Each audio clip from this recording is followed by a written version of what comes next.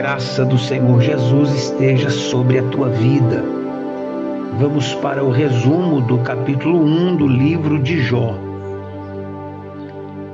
Este capítulo vai nos falar a respeito do caráter e das riquezas de Jó.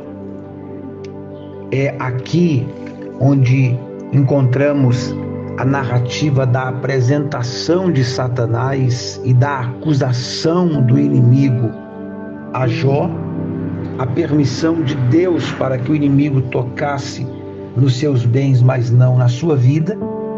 A partir do versículo 13, encontramos a narrativa das perdas repentinas de Jó e o capítulo termina nos mostrando qual foi a posição, a postura tomada por este homem que tanto nos ensina. Do início ao fim, o autor do livro de Jó tem a intenção de responder a uma pergunta que é básica: qual é o significado da fé? Embora o tema do sofrimento e sua causa seja dominante por todo o livro, este livro serve para o propósito mais lato que havia na mente do autor: mostrar que a certeza da fé não descansa nas circunstâncias exteriores, nem em explicações especulativas, mas no encontro de fé em um Deus onisciente, no encontro de fé em um Deus onipotente, o encontro de fé em um Deus que domina e que controla todas as coisas.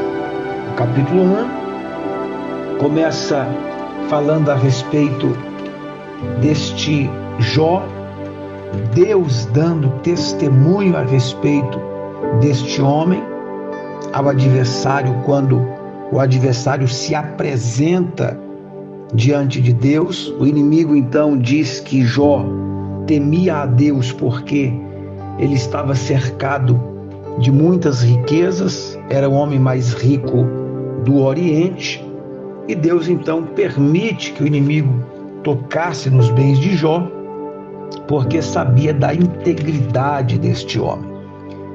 O versículo 1 diz que houve um homem na terra de Uz que se chamava Jó, e era este homem perfeito, reto e temente a Deus, e afastava-se do mal. A palavra perfeito aqui não significa a perfeição sem pecado, mas sim perfeito em seus esforços para fazer tudo o que ele podia para agradar ao Senhor. De fato, o livro de Jó é o livro mais antigo do mundo. Há indícios de que tenha sido escrito por Moisés.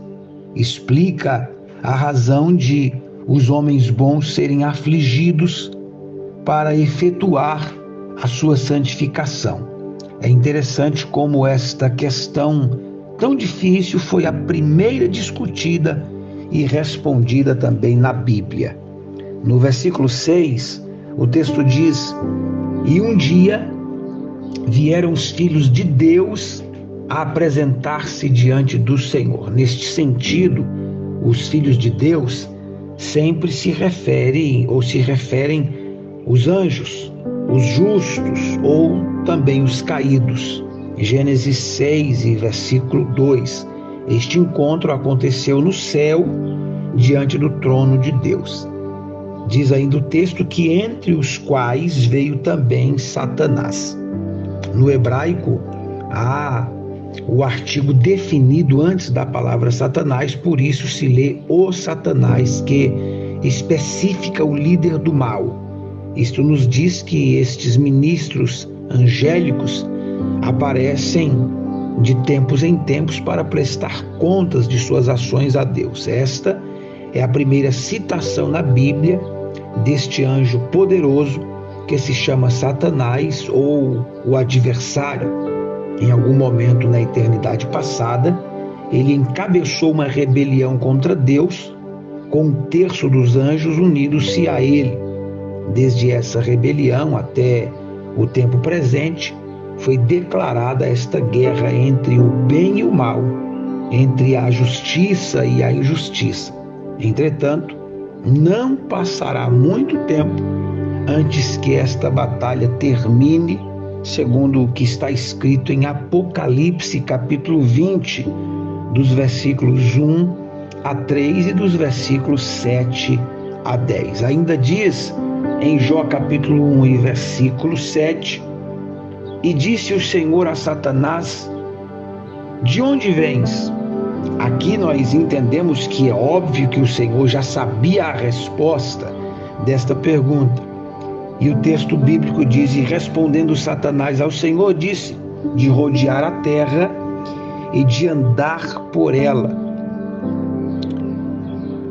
Satanás procura por toda a terra continuamente, sem cessar, nunca descansa, mas ele a anda ao redor, como disse Pedro na sua primeira letra, na sua primeira carta, no capítulo 5 e versículo 8, rugindo como leão, buscando a quem possa tragar.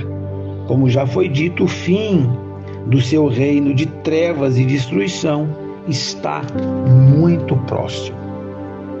Jó então é